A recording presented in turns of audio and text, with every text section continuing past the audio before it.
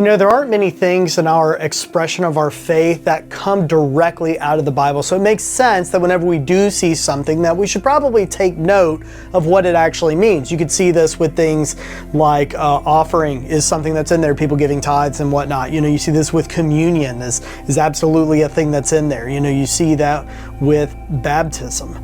These are things that, you know, we actually have examples of in the scriptures. And so it just kind of makes sense that we should stop and maybe contrast the way that we treat them in our world today to maybe what it means in the Bible.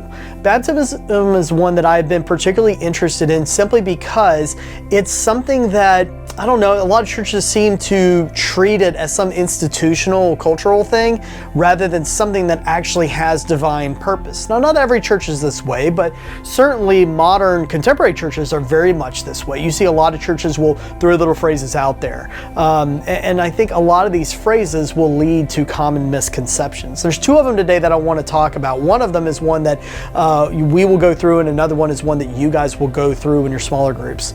This first one that I want to address is the popular phrase that your baptism is a public profession of your faith. Well, we can sit here and go through and do the in-depth biblical study of it, and I encourage you to do it, but suffice to say that when you look at Jesus Christ being baptized himself, it's difficult to square that phrase, public profession of faith, with what Jesus Christ did. Because after all, who was Jesus publicly professing to? Who did he need to profess to? Did he need to convince somebody that somehow he was a Christ follower? That really doesn't square, right? And the fact that John the Baptist was baptizing people before Christ had actually physically shown up. So who are they publicly professing to? All of this is even ignoring the fact that most of these baptisms were happening out in the wilderness or kind of at an area that was off to the side of the main population center. So it wasn't really a public profession in any way, shape, or form. It was individuals who were pursuing something different. So then what is baptism? Well, when you sit here and you look at the events that take place, you can look at Christ himself, you know, showing up and presenting himself. It says in the Bible that John, agreed to baptize Jesus. So there's some level of John agreeing, permitting it to happen, and then Jesus getting baptized and the heavens opening up, and then a voice from heaven saying, "This is my son with whom I am very pleased." When you look at that, it doesn't really look like a public profession of faith, but I'll tell you exactly what it looks like to me. It looks like a father giving a son a blessing. This actually makes a lot more sense, and we could go through the Bible and look at different examples of other fathers giving their sons blessings, but it's something that squares very well with the story of Christ getting baptized. And it also squares with a lot of what John the Baptist himself said about why he was baptizing people. That it wasn't about the individuals who had made some magical decision or had accomplished something intellectually, and as a result, we're going and showing it off to everybody by going and getting wet. To me, that phrase, public profession of faith, is exactly what it implies. Instead, what is being conveyed is that there are individuals who acknowledge that God is bestowing something to them, that God is giving them this transformation in their lives, and as a result, they want to exhibit that externally. Now, that feeds into the second misconception that you guys will get into here in just a moment, which is this misconception that baptism is maybe somehow about affiliation or membership, maybe even just into a particular church. This is a very big trend, and a lot of people have this story of baptism where I wanted to join this church and they said I had to get baptized, so I got baptized. To those individuals, I would ask you, what does your baptism mean? And does it have the deep meaning that is actually divine in nature that we see baptism is intended to have? And if the answer is no, then I guess what you really have to ask yourself is, have you even really been baptized, or did you just go through a ceremony?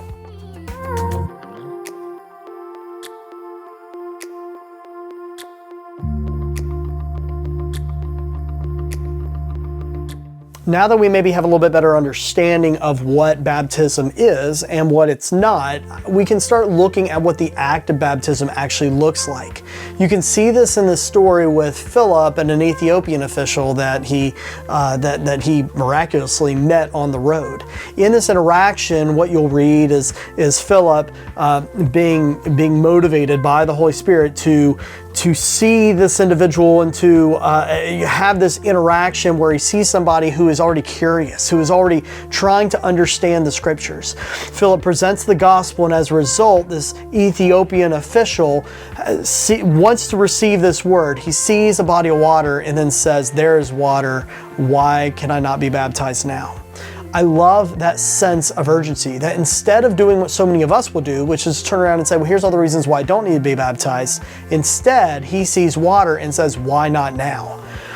I want you to think about all of the reasons why, if you are baptized and it was meaningful to you, then think about before that happened and maybe some of the hesitations you had. Or if you're in a situation right now where maybe you're kind of pushing it off, or maybe it's something that, you kind of went through something before but didn't mean a whole lot. Like, I want you to think about all the different reasons that pop up in your head. There's something I used to say to teens when I was doing youth ministry, which is that if you really don't want to do something, you're always going to be able to find a reason to not do it. There are many reasons people throw out there to say, I don't need to get baptized. People will say, well, I need to work on some things in my life, or I don't know if I'm really there yet in my relationship. It's people who will sit there and say like, well, I kind of went through something in the past. It just seems, kind of uncomfortable. So I don't really know if I want to do it.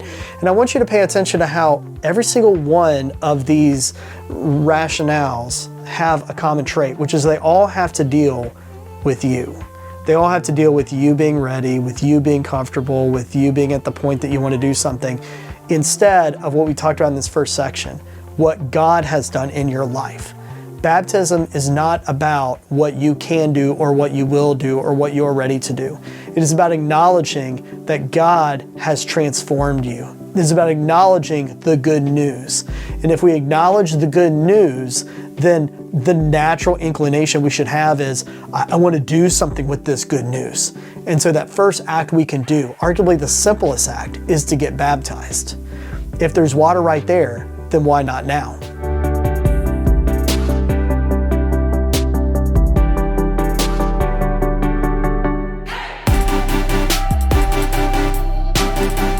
Part of the reason why I wanted to go into this lesson about baptism is because something interesting happened after the hub service last week.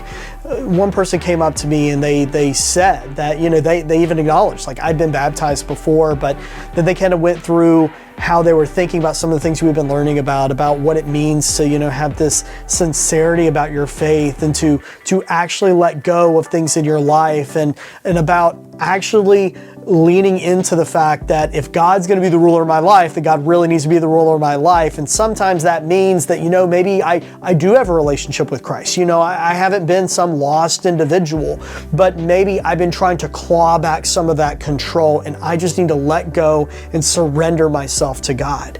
And so in doing that, he looked at me and said, and I can't think of the best next way to handle this than to begin again and be rebaptized. And that was something that's so exciting to me, and I love hearing it because it just shows that it's not just somebody who's sitting here saying, well, here's the next logical thing I do in my faith journey. Instead, it's somebody who's actually looking at the act of baptism, and they're saying it has a meaning, it is something that is divine, it's something that's purposeful, and it's something that should illustrate the transformative nature that God has exhibited in me. That is the same challenge that I want to give to everybody else. Not to sit here and, guilt anybody into doing anything or anything like that. But I would say this, that we are going to have a baptism service. Like, we're going to have a baptism celebration of sorts for this individual. And when we do this, there's going to be water there. And if there's water there, then why not now?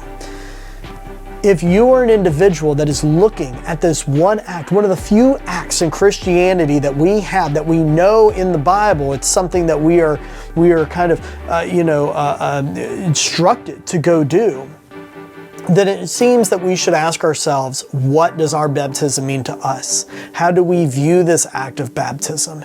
And if it's something that we've done in the past and it didn't mean anything before, maybe we haven't done it at all, but we know we want to have a relationship with Christ, then we have to acknowledge that a part of that journey is doing certain things so that we could remember and so that we could commemorate what is taking place. It's no different than giving of what we have to charity and to ministry, to show that and demonstrate that we acknowledge God has dominion over our physical goods and blessings. It's no different than participating in the Last Supper through communion so that we can commemorate what Christ did on the cross. Well, in the same way, if Christ has transformed you, then baptism is the single best way to commemorate this transformation, to come out of those waters anew. Not because of what you did, not because of what a pastor did, not because of what the water is, but because of the transformative power of the cross. That's a lesson that we have for you today. I hope you're able to get something out of it. And until we can meet again, God bless.